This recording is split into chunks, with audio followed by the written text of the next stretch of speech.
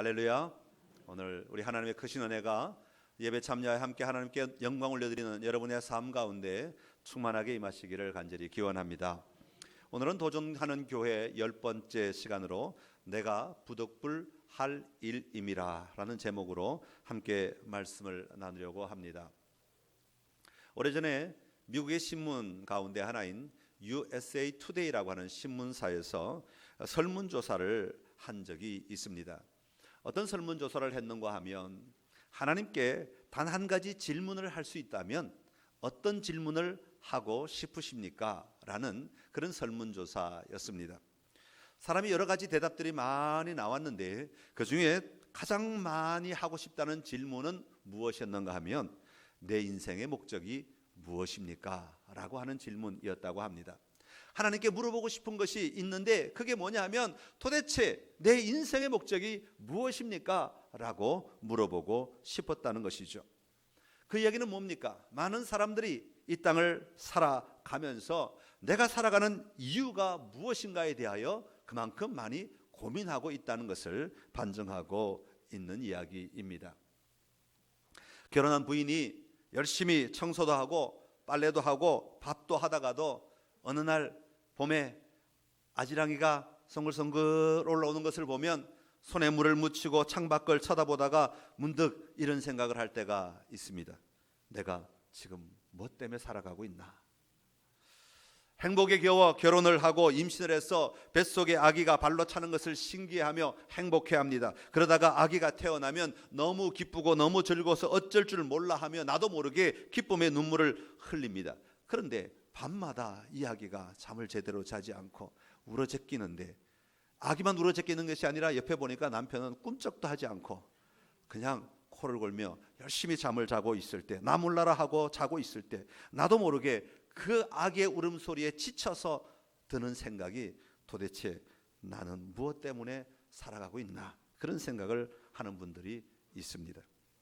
취직을 할 때는 너무 기뻐 행복해하며 직장에 출근했는데 어느 정도 다니다 보면 이 매일매일 쳇바퀴 돌듯 하는 이 삶의 자리에 들어가서 내가 감당해야 하는 직장의 일들을 쳐다보고 있자면 도대체 내가 무엇 때문에 살고 있나? 라는 그런 생각이 들 때가 있다는 것이죠.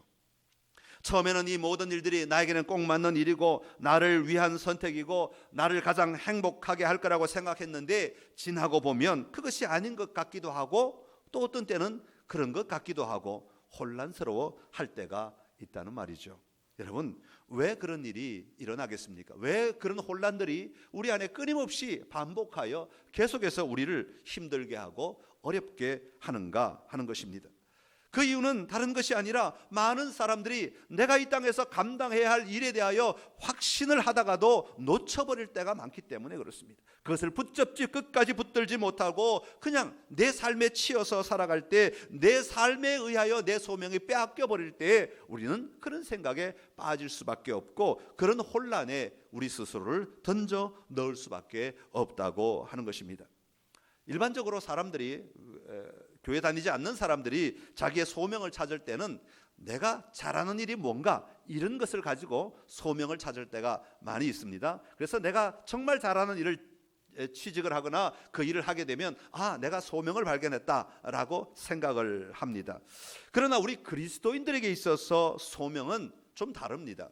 우리 그리스도인에게 있어서 소명은 내가 어떤 일을 잘하는가 여기에 우리 주안점이 다 놓여 있지 아니하고 우리 그리스도인의 소명은 분명하게 하나님이 나를 부르셨는가 여기에 출발점이 있는 것입니다. 나를 지으신 하나님께서 나를 부르셨다라고 하는 확신을 가지고 나아가기 시작할 때 그때 이분은 소명을 붙잡은 사람이 되는 것이죠. 오늘 여러분도 이 하나님이 부르신 이 부르심을 분명히 듣고 붙들고 살아가는 은혜가 여러분에게 있기를 간절히 기원합니다. 우리 하나님은 여러분을 부르셨습니다. 여러분이 모태에 들어오기 전부터 하나님은 여러분을 아시고 여러분을 부르셨다고 성경은 말씀하고 있습니다. 그러기에 하나님이 나를 부르셨다고 하는, 하나님이 나를 아신다고 하는, 하나님이 나를 지켜보고 계신다고 하는, 하나님이 나를 인도하고 계신다고 하는, 하나님이 내 인생의 주권자라고 하는 이 사실을 우리가 놓쳐버리지 않고 살아갈 때 우리는 세상의 많은 환난과 어려움 가운데서도 이겨낼 힘이 거기에서부터 나오는 것이에요. 소명에서부터 우리는 모든 것들을 이겨낼 감당할 힘이 나오게 되는 것입니다. 그리고 이 소명만 가지고 우리가 살아가는 게 아닙니다. 이 소명과는 비슷하지만 좀 다른 말이 있는데 사명이라는 말입니다. 한번 따라합시다. 소명과 사명. 소명은 부르심이라면 사명은 그 부르심을 감당하기 위해 우리에게 부여된 일이라고 말할 수 있습니다. 소명을 이루기 위하여 하는 일을 사명이라고 이야기하는 것이죠. 다시 말하면 소명은 하나님이 우리를 부르신 부르심이고 사명은 하나님이 부르신 그 소명을 잘 감당하도록 하기 위하여 우리에게 맡기신 일이라고 하는 것입니다. 예수님께서 베드로를 부르셨습니다. 나를 따라오너라. 이것은 베드로를 향하신 예수님의 부르심이죠. 베드로 입장에서는 소명입니다. 예수님이 나를 부르셨다. 그래서 응답하는 것이죠. 그 부르심에 순종하는 겁니다. 모든 것을 버려두고 그물을 버려두고 배를 버려두고 부모님을 버려두고 예수님을 따라갑니다. 왜? 소명이 있었기 때문에. 그리고 예수님이 뭐라고 말씀하십니까? 내가 너로 사람을 낚는 어부가 되게 하리라 말씀하십니다. 이것은 사명입니다. 나를 따라오는 것으로 끝나지 아니하고 나를 따라옴으로 말미암아 하게 되는 사명이 주어지는데, 일이 주어지는데, 그게 뭐냐면 바로 사람을 낚는 어부가 되게 하리라. 더 이상 고기를 잡는 어부가 아니라, 고기를 잡는 어부에서 머무는 인생이 아니라, 그렇다고 고기를 잡지 말라는 얘기 아니에요. 고기만 잡고 살아가는 인생이 아니라 사람을 낚는 더 큰 차원의 어부로서의 삶을 살아가게 될 것이다 라는 것이죠. 이게 사명이라고 말하는 것입니다. 아브라함은 갈대아 우르라고 하는 저 먼 지역에 살던 사람입니다. 그런 그를 하나님은 부르셨습니다. 창세기 12장 1절에 보면 이렇게 말씀하고 있습니다. 여호와께서 아브라함에게 이르시되 너는 너의 고향과 친척과 아버지의 집을 떠나 내가 내게 보여줄 땅으로 가라. 이게 하나님께서 아브라함을 부르신 부르심입니다. 아브라함의 입장에서는 소명이 되는 것이죠. 그리고 여기서 끝나지 아니하시고 하나님은 아브라함에게 사명을 맡기시는 것을 볼 수가 있습니다. 창세기 12장 2절과 3절에 보면 계속해서 이 사명에 대하여 말씀하고 있습니다. 그 땅에서 너는 복이 될 것이다. 너로 말미암아 땅의 모든 족속이 복을 받게 될 것이다. 그렇게 말씀하고 있습니다. 너 자신만이 그 땅을 누리고 그 땅에서 복을 받고 그 땅에서 너만 떵떵거리며 살아가는 그런 삶이 아니라, 네가 그 땅에 들어감으로 말미암아, 내가 인도하는 그 땅에 들어감으로 말미암아 네가 감당해야 할 일이 있는데 너는 복의 근원이 되어야 한다는 것이죠. 복의 출발점이 되어야 한다는 겁니다. 너 자신이 복 자체가 되어야 한다는 겁니다. 다른 말로 바꾸면 너는 복 덩어리가 되어야 한다 그 말입니다. 그래서 네가 가는 곳마다 복이 일어나고, 네가 가는 곳마다 복이 확산되고, 네가 가는 곳마다 복이 넘쳐나는 삶이 일어나야 한다는 것이죠. 하나님의 통치가 일어나야 하고, 하나님의 다스리심이 일어나야 하고, 하나님의 인도하심이 일어나야 한다고 하는 것을 이야기하고 있는 것입니다. 여러분, 성경에 보면 수많은 사람들은 하나님의 부르심을 받았습니다. 그리고 그들에게 부르신 것으로 끝나지 아니하고 그들에게 일을 맡겨, 사명을 맡겨주신 것을 우리는 잘 알고 있습니다. 그 일을 하는 것이 바로 부르심의 이유였기 때문에 그렇죠. 그래서 그들은 그들의 인생을, 그 사명을 감당하는데 혼신을 다하여 집중하게 되는 것입니다. 여러분, 오늘 우리에게도 마찬가지입니다. 하나님은 우리를 부르셨습니다. 그리고 우리에게 중요한 부르신 것으로 끝나지 아니하고 그 부르심에 합당한 사명을 우리에게 부여해 주셨습니다. 성경 속에 보면 그 사명이 굉장히 많이 기술되어 있지만 오늘은 몇 가지만 좀 살펴보겠습니다. 베드로를 통하여 우리에게 이렇게 말씀하십니다. 베드로전서 2장 9절의 말씀인데 우리 함께 같이 읽겠습니다. 그러나 너는 택하신 족속이요 왕 같은 제사장이요 거룩한 나라요 그의 소유가 된 백성이니 이는 너희를 어두운 데서 불러내어 그의 기이한 빛에 들어가게 하신 이에 아름다운 덕을 선포하게 하려 하심이라. 아멘. 할렐루야. 하나님께서는 우리를 부르셔서 이렇게 말씀하십니다. 내가 너를 택하였다. 너는 왕같은 제사장이다. 너는 거룩한 나라이다. 너는 나의 소유된 백성이다. 나는 너를 어두운 데서 불러낸 하나님이다. 그렇게 말씀하시는 겁니다. 하나님이 나를 부르셨다고, 나를 건져내셨다고, 나를 살려주셨다고, 나를 자녀 삼아주셨다고 말씀하고 계시는 것이죠. 그런데 여기서 끝나는 것이 아니라 그렇게 말씀하시면서 베드로전서 2장 9절 중간에 보니까 이는 그렇게 말합니다. 이는, 그 이유는, 내가 너희를 불러낸 이유는, 내가 너희를 나의 자녀 삼은 이유는, 내가 너를 제사장으로 세운 이유는, 내가 너를 나의 택한 족속으로 만든 이유는, 이유가 있다는 겁니다. 그게 바로 사명이라고 하는 것이죠. 그게 뭡니까? 그의 기이한, 어두운 데서 불러내어 그의 기이한 빛에 들어가게 하신 이의 아름다운 덕을 선포하게 하려 하심이라. 너를 구원하신 그 주님의 아름다운 덕을 선포하도록, 그 소식을 전하도록 하기 위함이다 하는 것입니다. 우리의 입만 가지고 그 소식을 전하며 사는 삶이 아니라 우리의 온 삶으로 그 삶을 살아가도록 하게 하신다고 하는 것을 이야기하고 있는 것이죠. 예수님의 이름의 아름다운 덕, 예수 그리스도의 능력, 예수 그리스도를 만남으로 누리게 되는 새로운 생명의 삶을 살아감으로 말미암아 그 삶을 다른 사람에게 전하는 삶을 살아가는 것, 이것이 우리에게 주어진 사명이라고 말하고 있는 것이죠. 사도 바울도 사도행전 20장 24절에 보면 이렇게 말합니다. 내가 달려갈 길과 주 예수께 받은 사명, 곧 하나님의 은혜의 복음을 증언하는 일을 마치려 하면은 나의 생명조차 조금도 귀한 것으로 여기지 아니하노라. 사도 바울을 부르신 사명이 있는데 그것은 무엇이냐면 복음을 증언하는 것이다.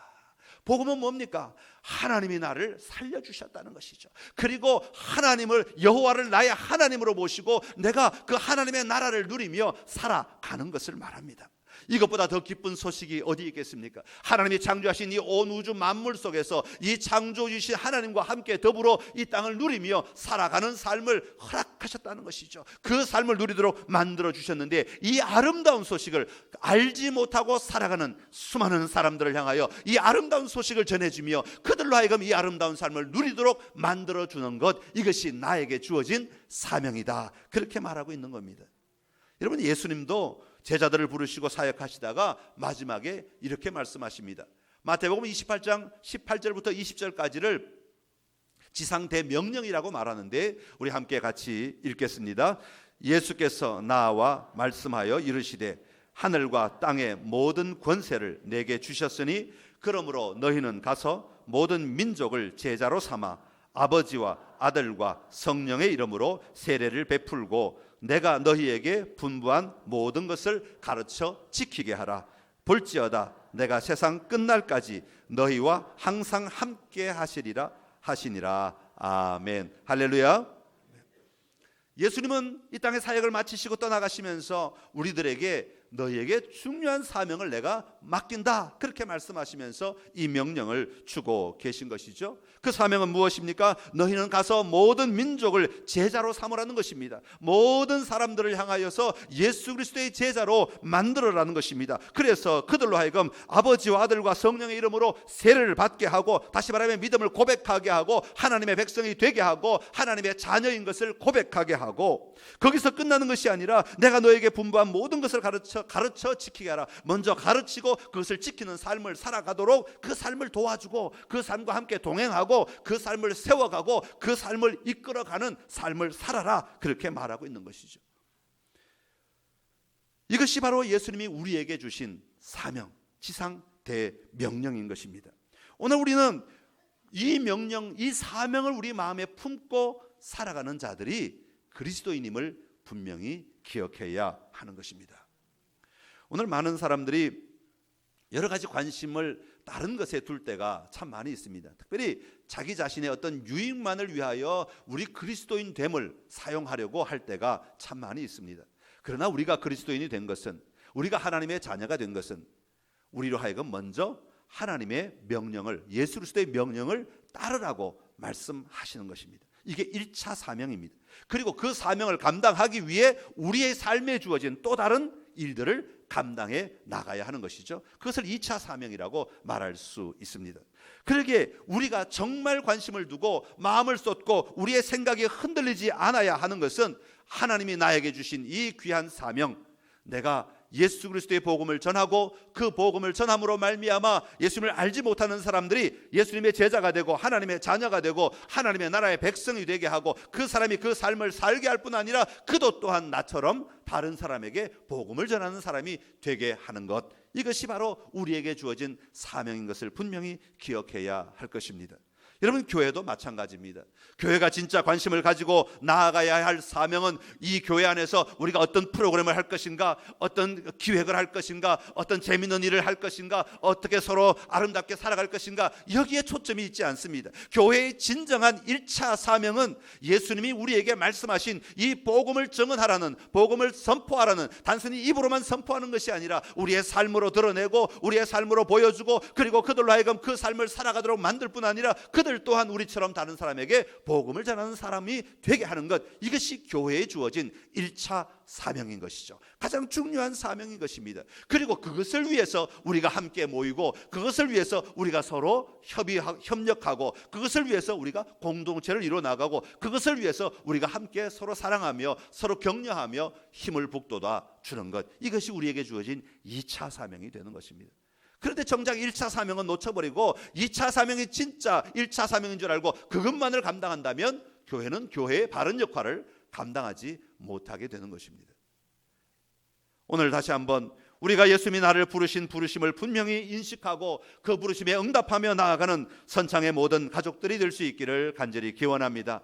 나를 부르신 이유는 예수님의 그 명령을 감당하도록 하시기 위함입니다. 나를 통하여 하나님 나라의 아름다운 소식을 전하며 누리며 살아가라고 말씀하고 계시는 그 음성을 듣고 살아가는 우리 모두가 되어야 할 줄로 믿습니다. 예수님은 제자들을 부르실 때마다 하신 말씀이 있죠. 나를 따라오너라, 나를 따라오너라. 예수님의 그 부르심에 응답하여 따라가는 사람이 제자인 것이죠. 제자라고 한다는 것은, 따른다고 하는 것은 예수님의 그 부르심에 내가 복종한다고 하는 것입니다. 순종하겠다고 하는 것입니다. 사실 우리가 예수님의 명령에 순종한다, 복종한다, 이것은 결코 쉬운 일이 아닙니다. 많은 어려움들이 우리에게 같이 있는 것을 봅니다. 비록 몸은 교회에 나와 있어도 우리가 예수님을 전적으로 따르지 못하는 삶을 살아갈 때가 있습니다. 비록 우리가 직분을 가짐으로 말미암아 남들보다 더 헌신하라고 부르심을 받았음에도 불구하고 그 삶을 살지 못하고 세상 것들을 더 많이 따라 살아갈 때가 있다는 것입니다. 그러나 비록 우리가 그런 삶을 살고 있다고 해서 이 제자의 정의가 바뀌는 건 아닙니다. 비록 우리가 그런 삶을 살고 있다고 해서 하나님이 우리에게 주신 사명이 바뀌어지는 것 아닙니다. 내가 그렇게밖에 못 사니까 그래? 너는 그럼 이 사명을 이렇게 바꿔줄게. 그렇게 하시는 것이 아니라고 하는 것입니다. 비록 내가 그 삶을 온전히 살지 못한다 할지라도 우리는 여전히 주님이 부르신 제자들이고 주님이 부르신 그 사명을 감당해야 하는 사람들인 것입니다. 제자는 그리스도를 따르는 사람입니다. 따르는 사람으로 끝나는 것이 아니라, 따르기만 하는 것이 아니라 변화되어 가야 하는 사람이고, 변화되는 것으로 끝나는 것이 아니라 또 우리에게 맡기신 사명에 헌신함으로 말미암아 다른 사람을 제자로 세워가는 자가 되어야 하는 것입니다. 사랑하는 선창의 모든 가족 여러분, 오늘 우리에게 부르신 그 놀라운 부르심에 대하여 다시 한번 붙들고 살아가심으로 말미암아 나에게 주어진 사명을 끝까지 잘 감당하는 은혜가 여러분 모두에게 있기를 간절히 기원합니다. 나의 관심을 나에게서 두지 말고, 나에게만 두지 말고 예수 그리스도의 사명에 둘 때 우리는 그 일을 감당할 수 있게 되고, 또 우리의 눈을 강한 자나 힘 있는 자나 권력 있는 자만 두지 아니하고 연약하고 나약한 자들을 향하여 우리의 마음을 둘 때 우리가 그 사명을 감당할 수 있게 되고, 교회 안에 있는 사람에게만 내 눈을 두지 아니하고 교회 안에 있지 아니하는 사람을 향하여 눈을 들 때에 우리는 그 사명을 감당할 수 있게 되고, 믿음 안에서 낙심하고 좌절한 사람들을 향하여 우리의 마음을 쏟을 때에 우리는 그 사명을 감당할 수 있게 되는 것입니다. 그러기에 우리 그리스도인의 마음은 언제나 교회 밖에 있는 사람들을 향하여 긍휼의 마음을 가지고 그들을 어떻게 도와줄지를 찾는 자들이 되어야 되고, 믿음이 연약한 자들을 바라볼 때마다 그들을 어떻게 도와줄지를 우리가 늘 기도하며 찾는 자들이 되어야 합니다. 그래서 믿음을 세워가고 복음을 전가하며 그 복음의 삶이 일어나도록 도와주는 삶이 우리 그리스도인들의 삶인 것을 기억하고 그렇게 승리하시는 여러분 모두가 되시기를 간절히 기원합니다. 오늘 본문의 9장, 지난주 말씀드렸습니다마는 8장과 9장과 10장은 권리에 대하여 사도 바울이 계속해서 이야기하고 있는 대목입니다. 오늘은 특별히 그 권리 가운데서도 사명 부분에 대해서 사도 바울은 강조하고 있습니다. 사도 바울은 아주 분명한 소명이 있었습니다. 그 소명이 없을 때는 예수님을 믿는 자들을 잡아 가두기 위해서 달려가던 자들이었습니다. 지구 끝까지라도 쫓아가서 예수 믿는 자들을 잡아 오게 가두려는 것, 이게 사도 바울이 가지고 있던 사고방식이었습니다. 그러나 예수님을 만난 이후에는 그의 소명을 경험하고 난 뒤에는 그의 사명이 바뀌어지게 되었죠. 예수님을 만나고 난 뒤로는 그의 사명이 바뀌어지게 되었는데, 그것은 바로 복음을 전하는 것이었습니다. 복음을 믿는 자를 박해하는 삶에서 복음을 전하는 자로 바뀌어지게 되었다고 하는 것이죠. 그리고 그 사명을 감당하기 위해서 그는 텐트 만드는 일을 하였고, 이 도시 저 도시를 여행하는 삶을 살 수밖에 없게 되었던 것입니다. 다시 말하면 복음을 전하는 것이 사도 바울에게는 1차 사명이 되었고, 이 사명을 감당하기 위하여 다른 일들도 함께 병행하며 그 일을 감당하였던 것이죠. 그래서 사도 바울은 이 이야기를 16절에 보면 이렇게 이야기합니다. 내가 복음을 전할지라도 자랑할 것이 없음은 내가 부득불할 일임이라. 이것은 나에게 맡겨주신 사명이기 때문에 내가 마땅히 감당해야 하는 일이다 라고 사도 바울은 고백하고 있는 것이죠.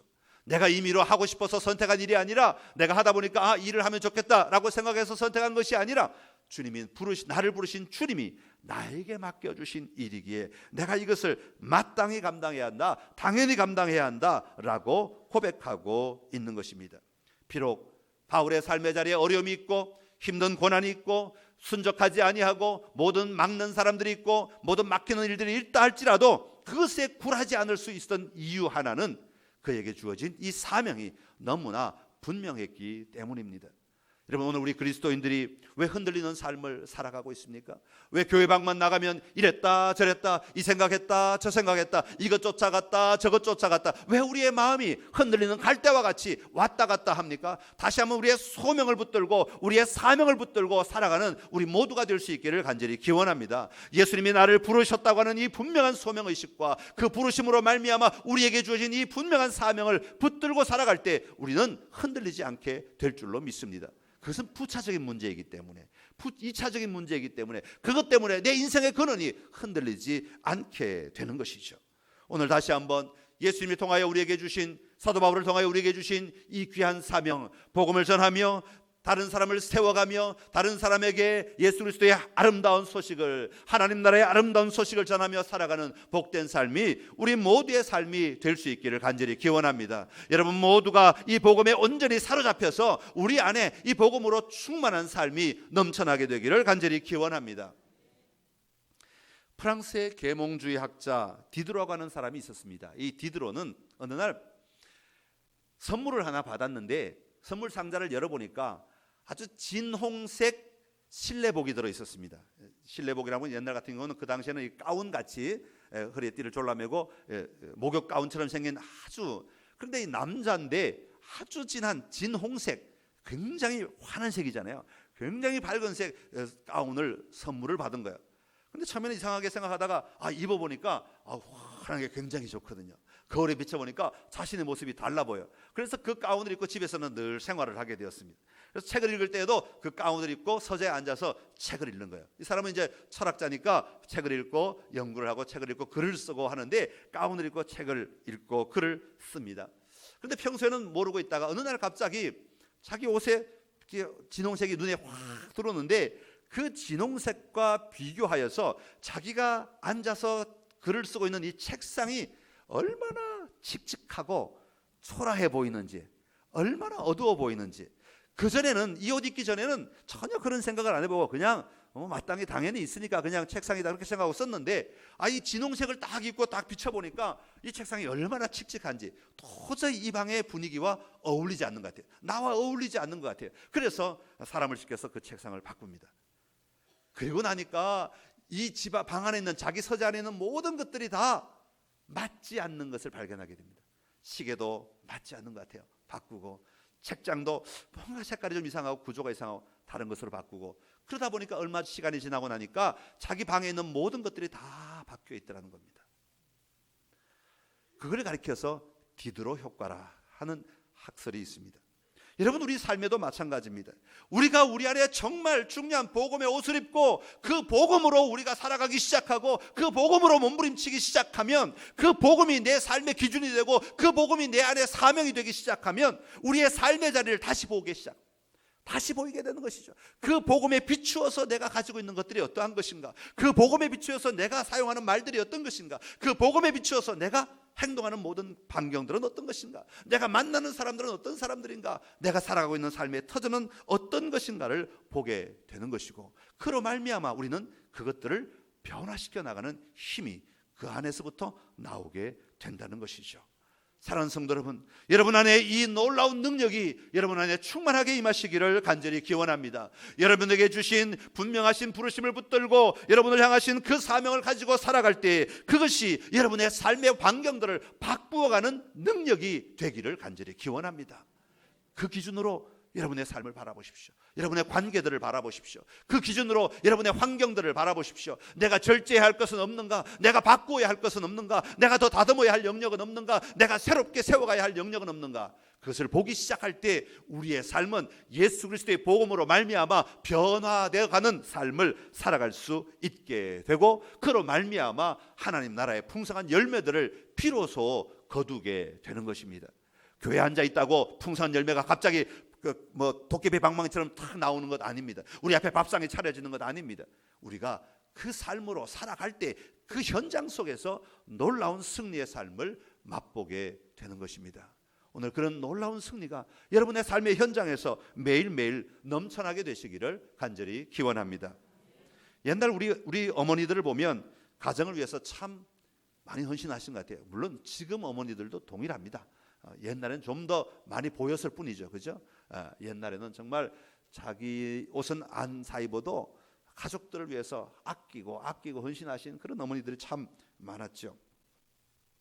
그렇다고 그 어머니가 그 돈을 쓸 권리가 없었기 때문에 그랬겠습니까? 자기 집에 있는 돈을 쓸 의무가, 권리가, 자유가 없었기 때문에 그렇겠습니까? 그렇지 않습니다. 그것보다 더 소중하게 여기는 것들이 있으니까 그 권리를 사용하지 않았던 것이죠. 그것을 헌신이라고 얘기합니다. 사도 바울은 사명으로 인하여 자기에게 있는 권리를 다스릴 힘을 가지게 되었다고 오늘 성경은 우리에게 말하고 있습니다.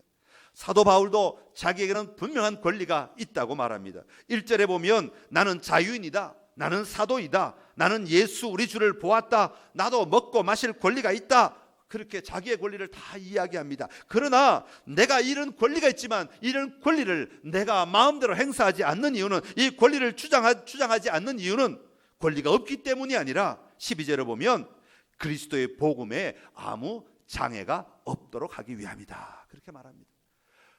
나에게 주신 그 사명을 위해서라면, 그 복음을 전하는 것을 위해서라면 내가 권리가 있지만, 우리말로 하면 내가 큰 소리를 칠 권리가 있지만, 내가 싸우고 싶은 권리가 있지만, 내가 나름 내 주장을 끄집어내고 이기고 싶은 권리가 있지만, 이길 수 있는 권리가 있지만, 내가 그렇게 하지 않는 것은 복음이 전해지도록 하기 위하여, 이 복음이 전해지는데 장애물이 되지 않도록 하기 위하여 내가 이 모든 것들을 내려놓는다, 그렇게 말합니다. 내려놓을 때 어디까지 내려놓느냐? 19절에 보면 모든 사람의 종이 되는 자리까지 내가 이것을 내려놓는다고 말하고 있습니다. 사명으로 말미암아 얻게 될 열매를 위하여 사도 바울은 기꺼이 자신이 모든 사람의 종이 되는 것도 마다하지 않는다고 고백하고 있는 것입니다. 그래서 유대인들에게는 유대인과 같이 되고, 율법 아래에 있는 자들에게는 율법 아래에 있는 자들 같이 되고, 약한 자들에게는 내가 약한 자들 같이 된다는 말이죠. 왜냐하면 그 사람들을 얻어야 하기 때문에, 그 사람들에게 복음을 전해야 하기 때문에, 그 사람들에게 내가 가진 이 사명을 감당해야 하기 때문에 그렇게 한다고 말하고 있습니다. 사랑하는 성도 여러분, 우리도 다 권리 있습니다. 여기 앉으신 분들 권리 없는 분들이 없습니다. 내가 그 자리에 앉을 권리 있고, 내가 이것을 주장할 권리 있고, 내가 교회 안에서 무언가 말할 권리 있고, 다 권리가 있습니다. 그러나 우리가 다 권리가 있지만 그것을 하지 않는 이유는 우리의 궁극적 사명인 복음을 위하여, 내가 그렇게 하는 것이 방해가 된다면 우리는 하지 않을 수 있는 용기 또한 가져야 한다는 말이죠. 우리가 무엇이 중요한가를 분명히 보아야 한다는 것입니다. 그리고 사도 바울은 마지막으로 24절부터 27절까지 권리가 있지만 그 권리를 사용하지 않는 것은 복음을 위한 것인데, 정작 내가 이 복음을 놓치고 살아간다면 어떻게 되겠는가 하는 것을 이야기합니다. 그래서 내가 그 복음을 위하여서, 내가 가진 그 복음을 놓치지 않기 위하여서, 그 복음에서 떨어지는 자가 되지 않기 위하여 사도 바울은 사용하는 단어가 달려간다, 그렇게 말하고 있습니다. 끝까지 달려간다. 사명으로 인하여서 상을 받도록 다름질한다, 24절에 그렇게 말하고 있는 것이죠. 여러분, 우리가 출발선에 서 있다고 이미 얻은 것 아닙니다.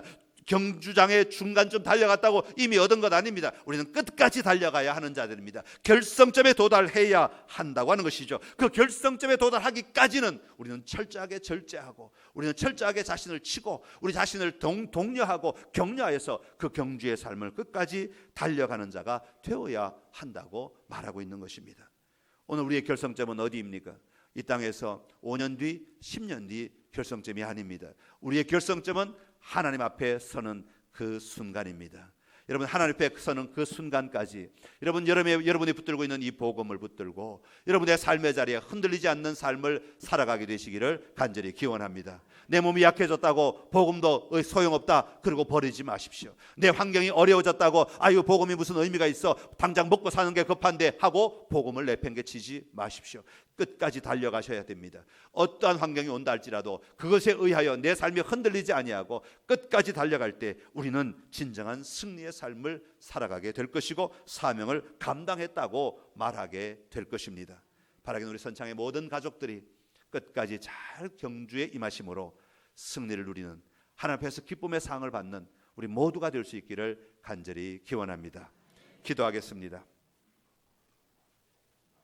참 좋으신 우리 하나님 아버지, 은혜를 감사합니다.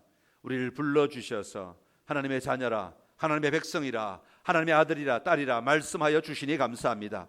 하나님이 나를 부르셨음을 분명히 인식하고 살아가는, 분명히 고백하며 살아가는, 분명히 우리의 삶의 자리에서 누리며 살아가는 우리 모두가 되게 하여 주옵소서. 하나님이 부르셨다는 사실을 기억할 때 우리에게 맡기신 사명도 함께 있는 것을 보게 하여 주옵소서. 그 사명은 다른 것이 아니라 하나님 나라의 이 복된 소식을 모든 사람, 알지 못하는 모든 사람에게 전하는 것이라고 말씀하여 주셨는데, 이 복음을 위하여 오늘 우리가 살아가게 하여 주옵시고, 이 복음을 위하여 끝까지 달려가는 자 되게 하여 주옵소서. 내가 복음을 누리는 자 되게 하시고, 이 복음을 다른 사람에게 전하는 자 되게 하시고, 그 사람이 또한 복음을 전하는 자가 되도록까지 내가 도와주며 세워가는 삶을 살아가는 우리의 삶이 되게 하여 주옵소서. 나 혼자만 잘 믿으면 된다, 여기서 끝나는 것이 아니라 나에게 맡겨주신 이 사명을 잘 감당할 때 하나님 앞에서 인정받고 칭찬받는 귀한 삶이 될 줄로 믿습니다.